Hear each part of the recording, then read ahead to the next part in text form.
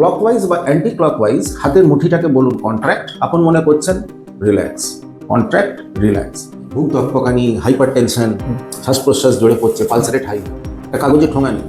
কাগজে ঠোঙা নিয়ে এটার মধ্যে নিঃশ্বাস করুন। নিঃশ্বাস নেবেন মনে মনে 1001, 1002, 1003, 1004 এটা ক্যালকুলেট করে নিঃশ্বাসটা নেবেন। ইনসমনিয়া বা ঘুম হয় না, তারা মূলত যে রোগটা করে 10টা বাজলেও যাই বিছানায় যাই নিয়ে ঘুমের আরাধনা করছেন ওনারা।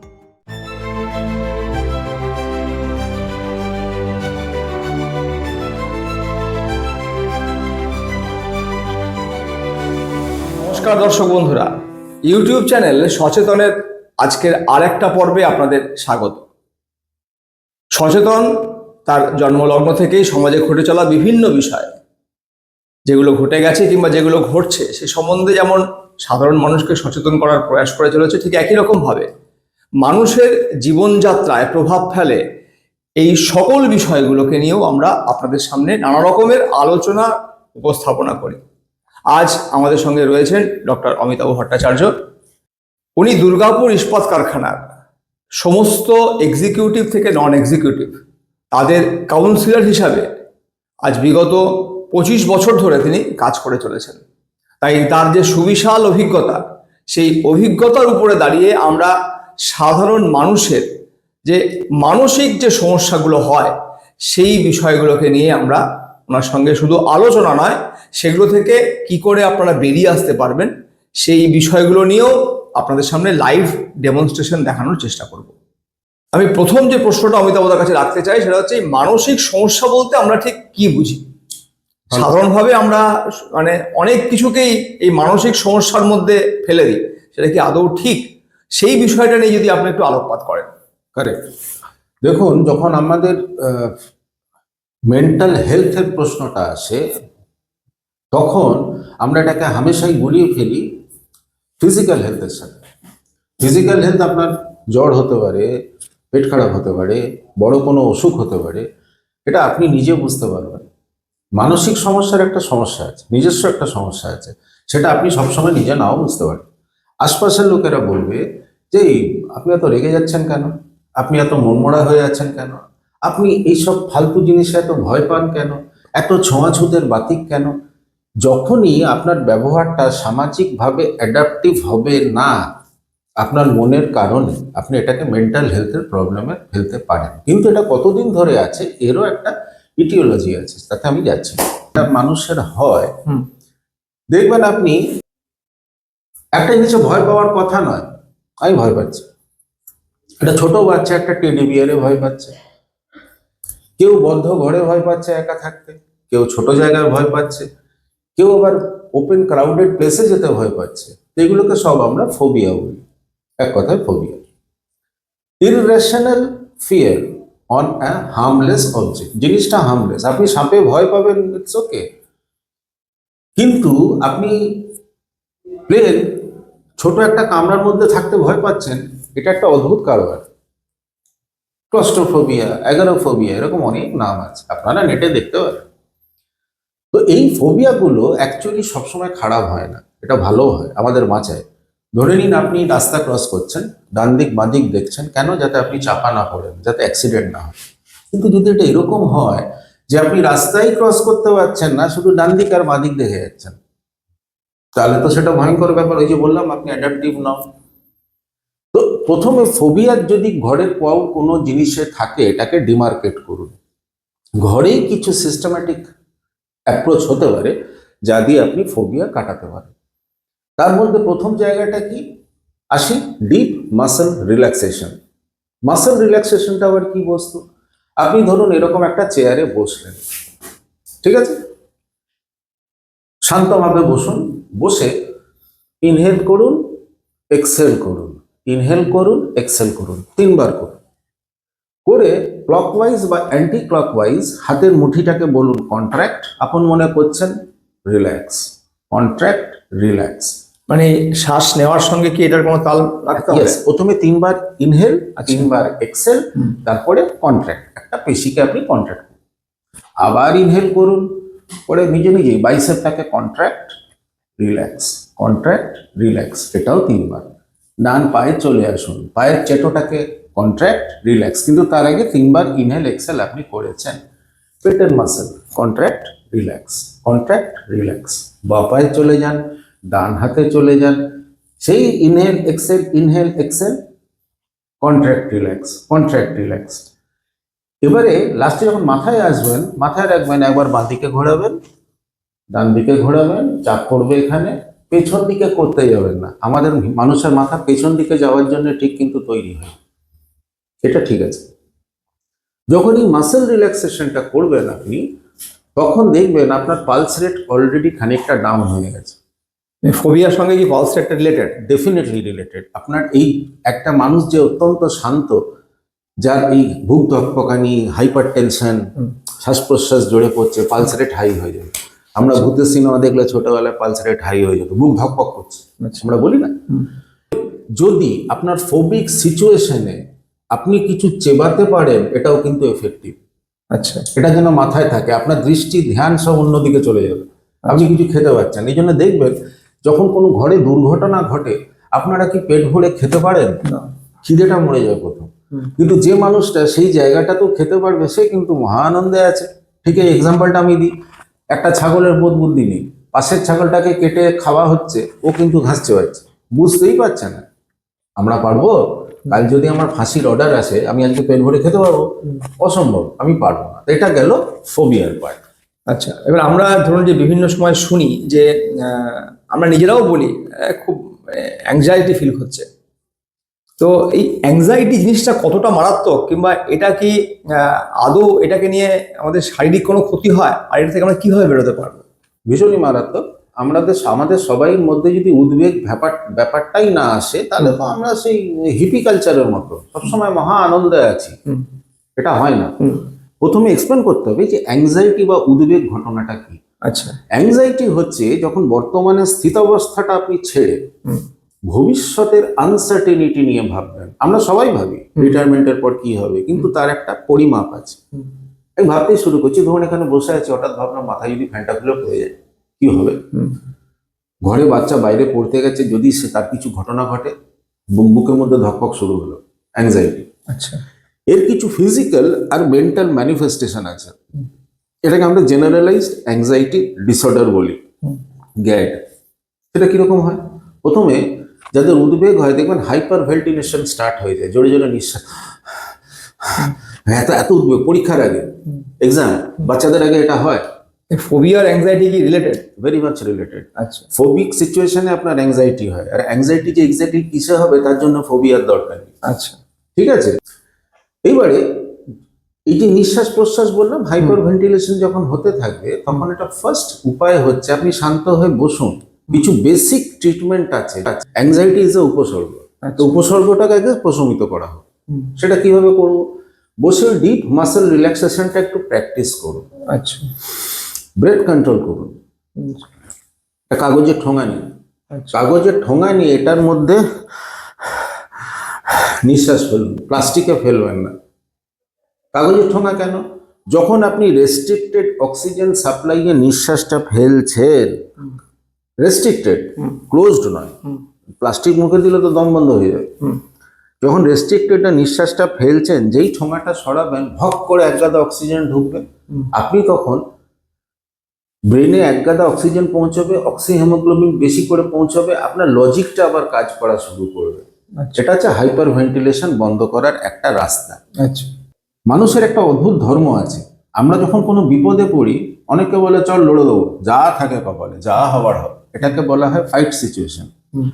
আর অনেকে থাকে কোনো ফ্রিকশনাল জায়গা, কোনো কনফ্রন্টেশনের জায়গা থেকে পালিয়ে যায়, এটাকে বলে ফ্রি সিচুয়েশন। সে পালিয়ে যাচ্ছে। আচ্ছা, আপনার নেচারটা দেখতে হবে, আপনি কি কনফ্রন্ট করতে চান না জায়গাটা থেকে পালিয়ে যেতে চান। আচ্ছা, তো এই অ্যাংজাইটি ব্যাপারটা মূলত তাদেরই বেশি করে হয় যারা না এই ফাইটটা করতে চায় না, যারা পালিয়ে যেতে চায়। আপনাকে একটা এক্সাম্পল দিতে পারি।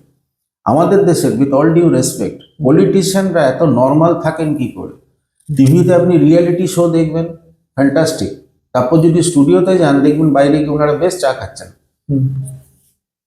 কোনো অ্যাংজাইটি নেই। সারাদিন যদি আমরা ঝগড়া করি, রাতে ঘুম হবে না, ওনারা কি করে ঘুমোচ্ছে? বিকজ তারা পালিয়ে যান না, তারা জায়গাটাকে ফেস করেন। তাতে যদি আমাকে অ্যাপ্রিসিয়েট করে ভেরি গুড, ক্রিটিসাইজ করলেও very good, they are facing it, তাহলে এটাকে বলা হয় এক্সপোজার। আপনার যেখানে অ্যাংজাইটিটা হবে ওটার থেকে পালাবেন না। এই যে আমার বাচ্চা দিল্লিতে আছে, তার কি হচ্ছে, আরে দিল্লিতে পাঠাবো বলেই তো তাকে বড় করেছি, এখন ভাবছি বাচ্চা আমার কাছে থাকলে ভালো, তাহলে কেন পাঠালে?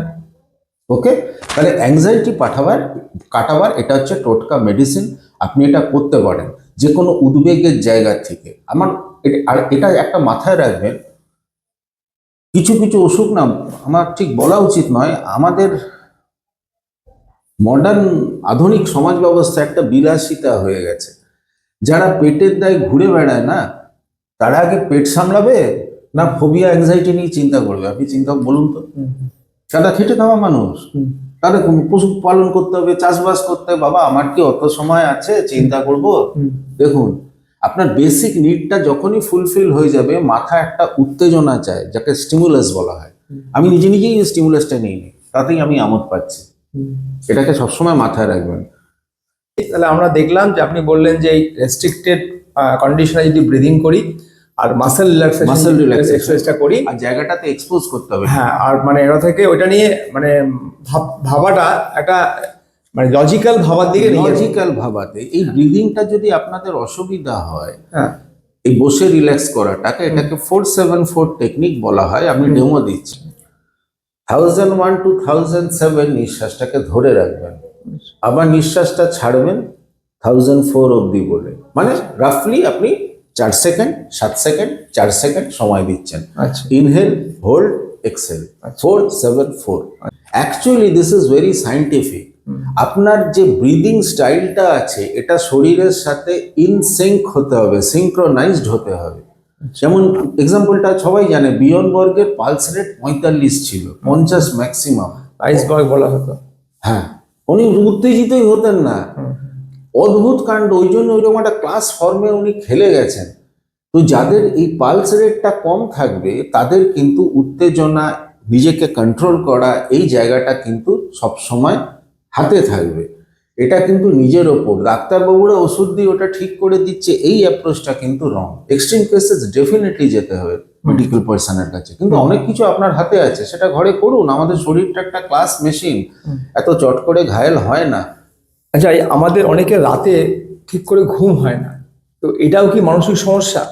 অনেক ক্ষেত্রে মানসিক সমস্যা, এটা সাইকোথেরাপি দিয়ে মোকাবিলা করা যায়। এরকম দেখুন, আপনি ঘরে দেখবেন সবকিছুরই একটা স্থান মাহাত্ম্য আছে। যেমন রান্নাঘরে রান্না করা হয়, হ্যাঁ, সেখানে গেস্ট এলে কিন্তু এসে সোফা পেতে বসায় না। না, সেরকম ড্রয়িং রুমে রান্না করা হয় না, সেরকম বাথরুমে গিয়ে ঠাকুরের বই পড়া হয় না, দেবতার পুজো পাঠ করা হয় না। আর আমরা বিছানাতে সব রকমের অপকর্ম করে বেড়াই ছোটবেলা থেকে, জন্ম মৃত্যু এভরিথিং। বিছানাটাকে মূলত শোয়ার স্থান হিসেবে যাদের ঘুম হয় না, তাদেরকে চিন্তা করতে হবে। সে বিছানায় বসে পেপার পড়বে না, টিভি দেখবে না, খাবার তো খাবেই না, যতক্ষণ না চোখ ভেঙে আসছে সে বিছানায় শরীরটা প্রথমে দেবে না। এটা হচ্ছে প্রথম। যাদের এই ইনসমনিয়া বা ঘুম হয় না, তারা মূলত যে রোগটা করে, 10টা বাজলেও যাই বিছানায় যাই নিয়ে ঘুমের আরাধনা করছেন ওনারা। কেউ বলেছে 100 থেকে পেছনে কাউন্ট করবি 1 অবধি, তাতে তো আরো ঘুম চটকে যাবে। আমি তো কগনিটিভ থিঙ্কিং করছি, জানি না এটা কিরকম করে এফেক্টিভ হয়, হতে পারে, কাজ হলেই ভালো। আপনি চেয়ারে বসে দোল খাবেন, বিছানায় যাবেন না। যদি রাত 12টার আগে তো বিছানায় যাবেনই না, আর 10, 10:30 নয়, 11টা নয়, 11:30 নয়, রাত 12টায় বিছানায় যাবেন।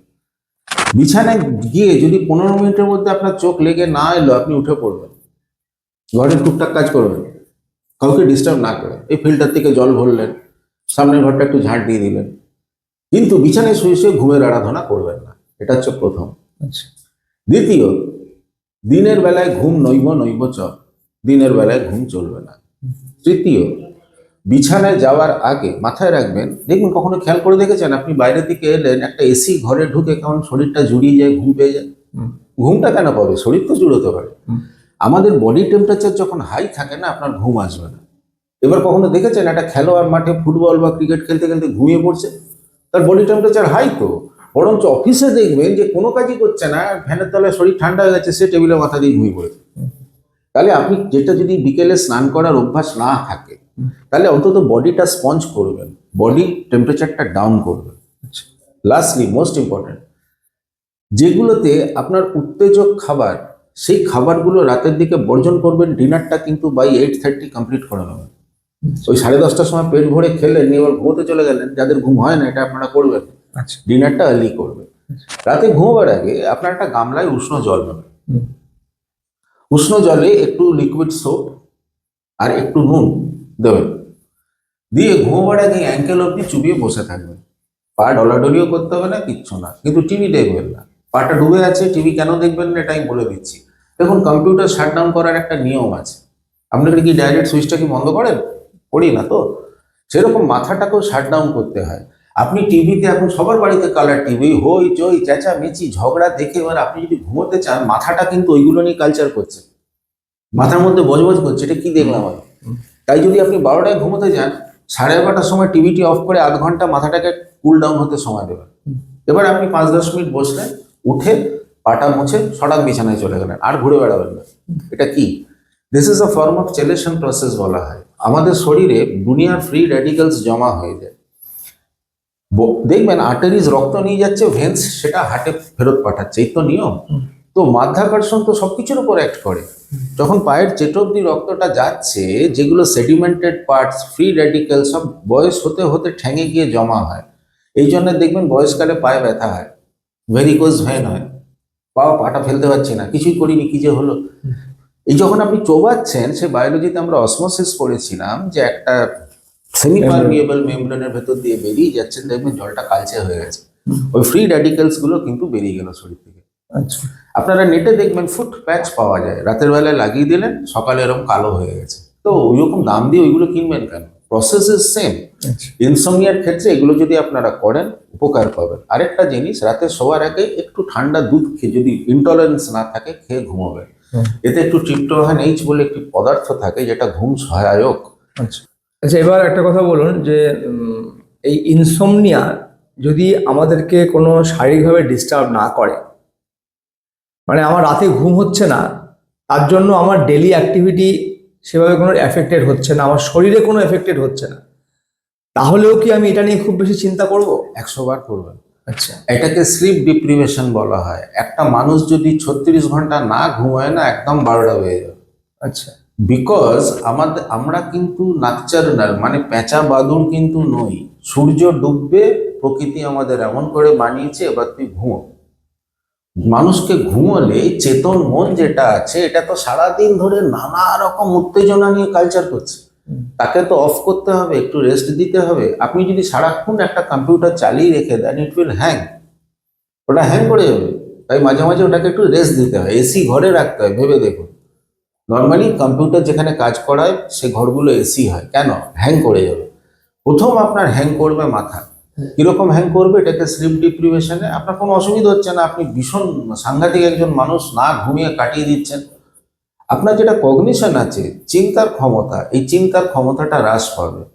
আপনি জিনিস ভুলবেন, মাথা ঘুরবে, ব্ল্যাকআউট হয়ে যাবে, আপনি কোথায় ঘুমিয়ে পড়বেন তার নেই ঠিক। তাই ঘুম ইজ এসেনশিয়াল। আমরা 8 ঘন্টা বলি, কিন্তু 6 আওয়ার্স স্লিপ কিন্তু দরকার। সকালবেলা উঠে দেখবেন অনেকে ঘুমিয়েও শরীর ক্লান্ত লাগে। কেন লাগে? মাথাটা শান্তি পায়নি, শরীরটা শান্তি পেয়ে গেছে। এই মাথাটাকে রেস্ট না দিলে আপনার চারিপাশ দিয়ে শারীরিক স্ট্রেস লেভেল থেকে, কর্টিসল লেভেল থেকে সব কিন্তু বেড়ে যাবে। তাই ঘুম ইজ ভেরি ভেরি ইম্পর্টেন্ট। আচ্ছা, এবার একটা কথা বলুন যে আমরা অন্য একটা বিষয়ে যাচ্ছি, এই ডিপ্রেশন। আজকালকার দিনে এই ডিপ্রেশন কথাটা আমরা যখন ছোট থেকে বড় হয়েছি সে সময় শুনি, ডিপ্রেশন ব্যাপারটা জানতাম না। আজকের সমাজে প্রচুর লোক ডিপ্রেসড, নানা কারণে। কেউ কেউ যথেষ্ট ভালো পরিমাণ অর্থ রোজগার করা সত্ত্বেও সে ডিপ্রেসড, তার কোনো মানে পারিবারিক সমস্যাও চট করে চোখে নজরে পড়ে না, তবুও সে ডিপ্রেসড। তো এটা কি, ডিপ্রেশনটা কি একটা রোগ, নাকি এটা সেলফ ইম্পোজড একটা কন্ডিশন? অবশ্যই এটা একটা রোগের পর্যায়ে চলে যায়। আচ্ছা, ফার্স্ট আমি ডিপ্রেশন ব্যাপারটাতে আসি। ডিপ্রেশন বস্তুটা কি? আমাদের মন খারাপ হলেই আমরা বলি আমাদের ডিপ্রেশন হয়েছে। না, মন খারাপটা ডিপ্রেশনটা এক জিনিস নয়। ডিপ্রেশনের কিছু জায়গা আছে। আমার মন খারাপ নানা কারণে হতে পারে, যে আমার রেজাল্টটা ভালো হয়নি, মনটা খুঁতখুত করছে, আমি ডিপ্রেশনে চলে যাবো, অনেক নামা খাওয়া ছেড়ে দেবো? না না না, ডিপ্রেশন অ্যাকচুয়ালি যখন আমার যখন রাগ হয়, রাগটা বাইরে দেখাবার আইদার ভার্বালি বা ফিজিক্যালি আমরা করে থাকি। সেই রাগটা যখন দেখাতে পারি না, এই রাগটা ভেতর দিকে ঢুকে যায়। আচ্ছা, কেন অমুকের ছেলে ভালো গাড়ি চাপছে, আমার বাবা কেন আমাকে একটা অ্যাভন সাইকেল কিনে দিয়েছে, এই যে রাগটা হলো, এটার থেকে বাচ্চাটা গুমসুম হয়ে গেল। তুই মন খারাপ করছিস কেন বাবা, একটা ডিপ্রেশনের কি আছে, তুই যখন চাকরি আমরা দেখুন এই কথাগুলো বলি, অ্যাকচুয়ালি রাগ হয়ে গেছে। তাই ডিপ্রেশনে পরিবারের লোকজন বুঝবেন কি করে যে এই মানুষটা আবার ডিপ্রেশনে ঢুকছে, এটা কেন খারাপ আমি বলছি আপনাকে। প্রথমে যে ডেইলি রুটিন সেটা ডিস্টার্বড হয়ে যায়। তার মধ্যে কি হাইজিন, সময়ে স্নান করছে না, সময় খাচ্ছে না, যদি খায় there is dramatic change of diet pattern. হয়তো রুটিজাত খাবার খেত, ভাত খেতে শুরু করে দিল, হয়তো ঘরের খাবারই খেত, বাইরের খাবার খেত না, বাইরের থেকে পিৎজা হ্যামবার্গার এনে খাচ্ছে। চেঞ্জ, ফিজিক্যাল অ্যাপিয়ারেন্স চেঞ্জ, কারোর সাথে কমিউনিকেট করছে না। তোর কি হয়েছে, না কিছু হয়নি, ইটস আ মার্কার, মাথায় রাখবেন ওর কিছু একটা চলছে। এই ডিপ্রেশন দেখবেন আমাদের সমাজে সুইসাইডের ঘটনা আপনারা শোনেন। Suicide is a hallmark of depression. যখন আমার কোপিং স্কিল আমার সমাজে আমাকে চলতে আর সাহায্য করতে পারছে না, তখন আমি ডিসাইড করি আত্মহননের, মানে এটা সেলফ মার্ডার, কিন্তু নিজেকেই মার্ডার করছি। কোনোদিন আত্মহনন নিয়েও একটু প্রোগ্রাম করবো, তারও অনেক প্যাটার্ন আছে, আপনারা দেখে বুঝতে পারবেন কি কারণে আত্মহত্যা অ্যাকচুয়ালি করতে পারে। আচ্ছা, বলবো এগুলো। তাহলে ডিপ্রেশন সবসময় মার্ক করতে হয়। তাহলে এবার আসি, ডিপ্রেশনটা কিরকম হবে। আপনি দেখবেন অনেক বাড়িতে আপনি যাবেন, গিয়ে দেখবেন নতুন বিয়ে হয়েছে বা অনেকদিন বিয়ে হয়েছে, আর তাকের উপর একটা তানপুরা রাখা। আপনি জিজ্ঞেস করলেন কে বাজাতো, ঘরের মিসেস হয়তো বললেন আমি গান শিখতাম, এখন বা করেন না, না ভালো লাগে না। তাহলে এত ভালো তানপুরার হাত, গানের গলা, গান গান না কেন? ঘটনাটা যেটা হচ্ছে, আমরা যখন কোনো কাজ করি আমরা তাতে একটা মাস্টারি অর্জন করার চেষ্টা করি, এটা বেশ একটা লেভেলে আমি কাজটা করি। কথা হচ্ছে সেই কাজটা করতে গিয়ে আমি কি আমোদ পাচ্ছি, এটাকে মাস্টারি অ্যান্ড প্লেজার বলা হয়। যদি কারোর মাস্টারি আছে, প্লেজার ফ্যাক্টরটাই হারিয়ে যায়, তাহলে কিন্তু মাথায় রাখবেন আপনার লাইফটা মনোটোনাস হয়ে যাচ্ছে। আপনি অঙ্কে ভালো হতে পারেন, ইংলিশেও ভালো হতে পারেন কোনো স্টুডেন্ট, কিন্তু তার অঙ্কটা করতে বেশি মজা লাগে। তার মা বাবা কি করলো, ধরে বেঁধে ইংরেজিতে ভর্তি করে দিল, তাতেও সে ভালো নম্বর পাচ্ছে, সে প্লেজার পাচ্ছে না। এই যে আপনি দেখেছেন তো এই কুম্ভ মেলাতে আইআইটি বাবা, তার সে IIT product. It is not a story of aspiration, it's a story of sadness. উনি মাস্টার, কিন্তু উনি আইআইটি প্রফেশনটাতে কিন্তু আর প্লেজার পাচ্ছিলেন না। উনি তো ওনার শিক্ষাটা দিয়ে কন্ট্রিবিউট করতে পারতেন, ইলন মাস্ক হতে পারতেন, 50 জনকে রিক্রুট করতে পারতেন, দেশের একটা সম্পদ, কিন্তু নয়, ভিন্ন প্রসঙ্গ। তাহলে ডিপ্রেশনের প্রথম মার্কার কি, মাস্টারি অ্যান্ড প্লেজার। একটা মানুষ যেটা ভালোবাসে বা পরিবারের লোক যেটা পছন্দ করে, যেটাতে স্কিল আছে, সেই জায়গাটাতে আপনারা কি করবেন, তার প্লেজার ফ্যাক্টরটাকে ফিরিয়ে আনার চেষ্টা করবেন। যে তুই তো ভালো আঁকতি, আঁক না বাবা, খুব সুন্দর আঁকা হচ্ছে, ফিরিয়ে আনো। নেক্সট, এটাকে বলা হয় অ্যাক্টিভিটি বা সেলফ রিলায়েন্স। তাকে এক জায়গায় কিন্তু বসে বসে ওই স্মৃতি রোমন্থন করার সুযোগ দেবেন না, তাকে একটা রুটিনে ফেলে দেবেন।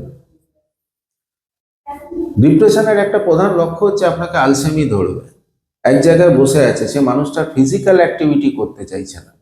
এই ফিজিক্যাল অ্যাক্টিভিটির মধ্যে তাই বলে গিয়ে জিমে গিয়ে ব্যায়াম গাপও করবে না, সকালবেলা 10 মিনিট একটু হেঁটে আয়, বাজার থেকে গিয়ে মাছটা কিনে আন, ওকে অ্যাক্টিভিটির মধ্যে ঢোকাতে স্টার্ট করো। আচ্ছা, এর সাথে থাকে কিছু প্লেজার এক্সারসাইজ। প্লেজার এক্সারসাইজ কিরকম, মিউজিক চালিয়ে ঘর বন্ধ করে দিও, যেমনই নাচো, নাচ, ইটস আ ফর্ম অফ এরোবিক্স। যদি না নাচতে চায়, আমি নাচতে চাই না, কেন নাচতে যাবো, মন খারাপে কেউ নাচে নাকি, এরকম তক্ক আপনি শুনবেন। তাহলে নেক্সট এক্সারসাইজটা কি হতে পারে, পিঠে ব্যাগ দিয়ে দিন।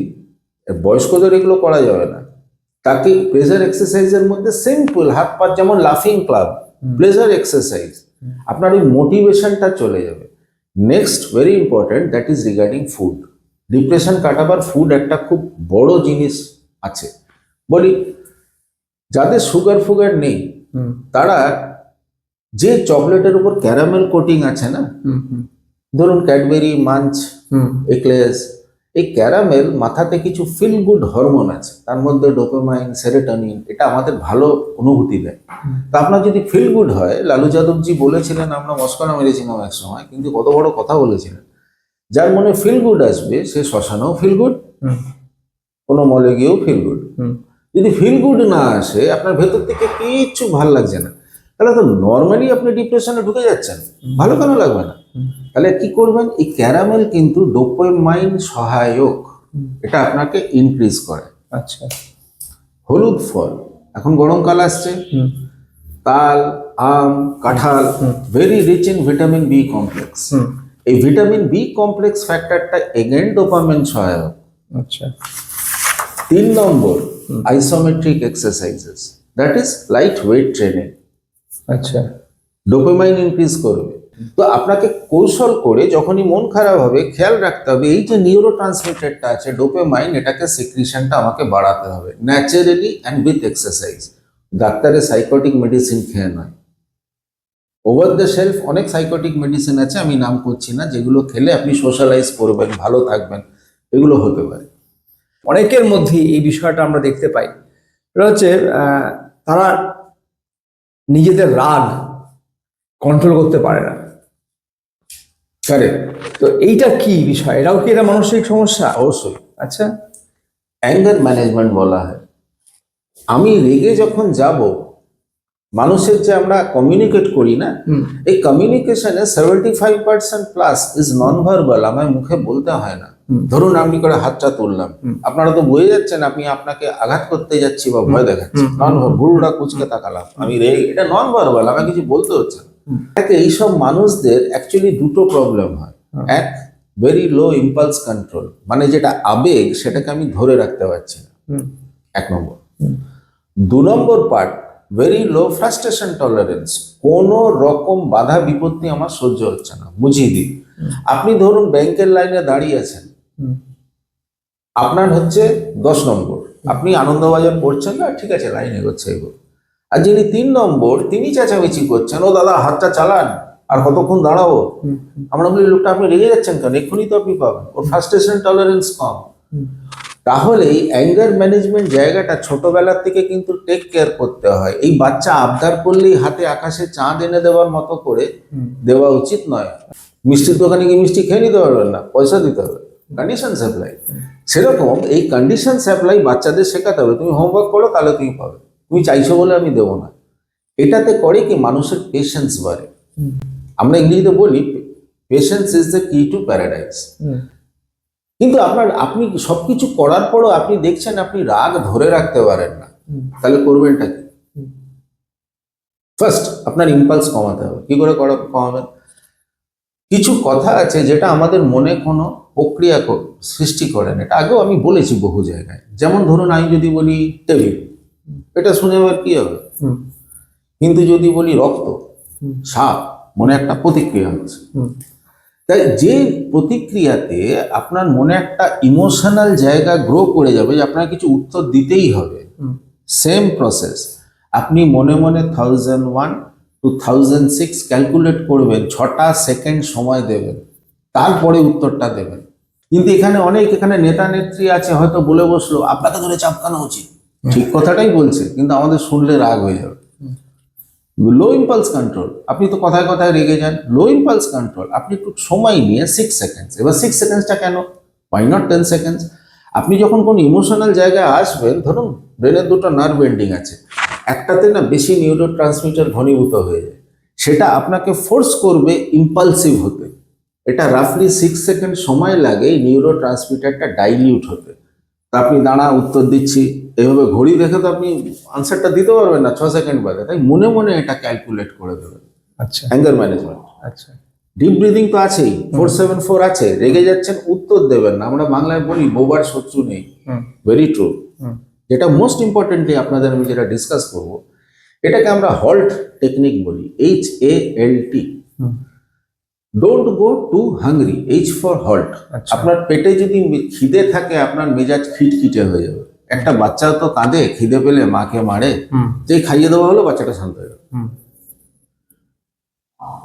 ইম্পালসিভ হতে anger control, don't go to angry, সারাক্ষণ ধরে তিরিক্ষি মেজাজটাকে প্রশমিত করার চেষ্টা করবে। ডোন্ট গো টু লোনলি, সবসময় আপনি একা আছেন, বন্ধুত্ব খুঁজে বেড়াচ্ছেন, এটা করবেন না। কিছু না হলে প্লেন বাজার থেকে ঘুরে আসুন, দু চারটে কথা বলুন। প্রেসার কুকারে যেমন স্টিম জমতে জমতে সিটিটা বাজে, সেরকম রাগও একটা সময় কিন্তু বেরিয়ে পড়ে। আপনি যেই লোকের সাথে কথা বলবেন, আদান প্রদান হবে, খানিকটা আপনি ঠান্ডা হয়ে যাবেন। এই জন্য আমরা বলি না, চল একটু আড্ডা মেরে আসি, ঠেক মেরে আসি, বললে মনটা হালকা হয়ে যায়। কেন করে পুরুষ মানুষেরা? মহিলারাও করেন, বিভিন্ন কিটি পার্টি হয়, কারণ পাড়ার বাগানে গিয়ে প্রোগ্রাম হয়। Lastly 40, don't go to tired. যদি খুব ক্লান্ত থাকেন, আপনার মেজাজ কিন্তু খিটখিটে হয়ে যাবে। তাহলে এই হল্ট টেকনিকটা আপনারা সবসময় কিন্তু মাথাতে রাখবেন, যে আমি যখন রেগে যাচ্ছি, then what I should do and avoid certain food. তার মধ্যে অন্যতম হচ্ছে যেগুলো আপনার শরীরে হিট উৎপাদন করবে, যেমন রসুন, যেমন পেঁয়াজ। এগুলি খাবেন না নাকি? নিশ্চয়ই খাবেন, কিন্তু ওই স্টেপল ডায়েটটাই খেতে হবে। আপনারা একটু যদি সার্ভে করে দেখেন, যে যে বাড়িতে বাচ্চাদের চিকেন না হলে হয় না, সেই সব বাচ্চা হ্যান্ডেল করা খুব মুশকিল হয়ে গেছে। আপনি তো কালো জিরে কাঁচা লঙ্কা দিয়ে কি আর চিকেন বানাবেন? আমি জানি না ওই রেসিপিটা কিরকম, কিন্তু পেঁয়াজ রসুন তো একটা কমন এলিমেন্ট না, that has to be control. That has to be control. তাই রসুন পেঁয়াজটাকে মাথায় রাখবেন। যাদের আর অ্যালকোহল নো, যার টেম্পার ইম্পালস কন্ট্রোল আছে, অ্যালকোহল ছোবেনই না। তাহলে আজকে আমরা এই অনুষ্ঠানে মানে মানসিক সমস্যার যে মূল যে বিষয়গুলো, অর্থাৎ phobia, anger management, insomnia, anxiety, depression, এই 5টা বিষয় কভার করলাম। আমি লাস্ট একটা বিষয় জানবো এবং তারপরে আমরা আজকের অনুষ্ঠান শেষ করব। এটা হচ্ছে আজকের দিনের সমাজে লোনলিনেস। আপনি আপনার আলোচনায় অনেকবারই কথাটা ব্যবহার করেছেন। লোনলিনেস বয়স্ক মানুষদের ক্ষেত্রে খুব স্বাভাবিক একটা ঘটনা হয়ে উঠেছে। ছেলেমেয়েরা বাইরে আছে, সামাজিকভাবে বিচ্ছিন্ন হয়ে গেছে, মানে এটা ওভার দ্য পিরিয়ড, একদিনে দুদিনে হয়নি। দে আর বোথ হাজব্যান্ড ওয়াইফ একসঙ্গে থাকে, কিংবা হাজব্যান্ড আছেন, ওয়াইফ নেই, কিংবা উল্টোটা। হয়তো তাদের বয়স 75, 76+। ছেলেমেয়েরা সময় দিতে পারেন না, তাদের একটা অন্য জগৎ আছে এবং তাদের একটা কর্মজগতও আছে, সবটা মিলিয়ে। তো এক্ষেত্রে লোনলিনেসটা চলে আসছে। তো সেক্ষেত্রে কি কিছু করার জায়গা আছে? নিশ্চয়ই আছে, 100 বার আছে। মুশকিল হচ্ছে এটা একটু সামাজিক হেল্প দরকার। বলি, দেখবেন আমাদের যত বয়স বাড়ছে, আচ্ছা আমাকে টেনেই বলি, আমার যত বয়স বাড়ছে, আমার ফোন আসাটা কিন্তু কমে আসছে। তার মানে আমার নতুন বন্ধু হচ্ছে না। যে মানুষটা বয়স্ক, আলটিমেটলি সে কিন্তু ফোনটার দিক তাকিয়ে বসে থাকে, হয়তো তার ছেলে বা মেয়ে ফোন করবে, আর কোনো বন্ধু নেই। তারা গত হয়েছে বা টাচে নেই, no one to interact two.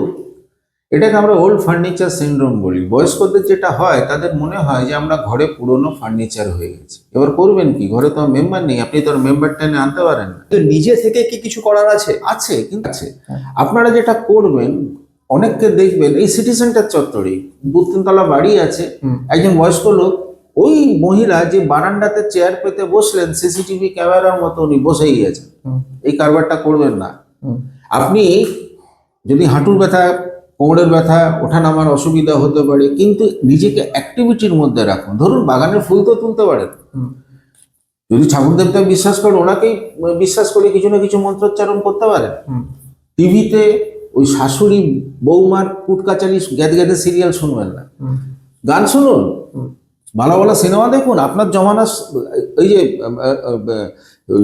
ট্রানজিস্টারে শুনুন, কত সুন্দর সুন্দর জায়গা আছে। আপনি মাথাটাকে অলস রাখবেন না। মাথা অলস রাখলেই আপনার কিছু দাগ কাটা স্মৃতি মনে পড়ে যাবে, নচিকেতার বৃদ্ধাশ্রম গানটার মতো মন খারাপ হয়ে যাবে। কিন্তু আপনাকে অ্যাক্টিভিটির মধ্যে থাকতে হবে, আইদার মেন্টাল বা ফিজিক্যাল। তার মানে এখান থেকে আপনি হেঁটে ধরুন 40 কিলোমিটার দূরে চলে গেলেন, এরকম ভয়ঙ্কর প্রজেক্ট নয়। বি অ্যাক্টিভ, নিজেকেই বার করতে হবে how to remain active, correct. আশা করি আজকের অনুষ্ঠান যারা দেখলেন তারা নিশ্চয়ই এই আলোচনা থেকে উপকৃত হয়েছেন। আপনাদের এই সংক্রান্ত কোনো যদি প্রশ্ন থাকে তাহলে নিচে কমেন্ট বক্সে লিখে জানান, এবং সমগ্র অনুষ্ঠানটা কেমন লাগলো সেই বিষয়েও আপনাদের মূল্যবান মতামত আমাদের আগামীর যে এগিয়ে চলা তাকে সহজ করবে। আজ এ পর্যন্তই। ভালো থাকুন এবং সচেতনের পাশে থাকুন। নমস্কার।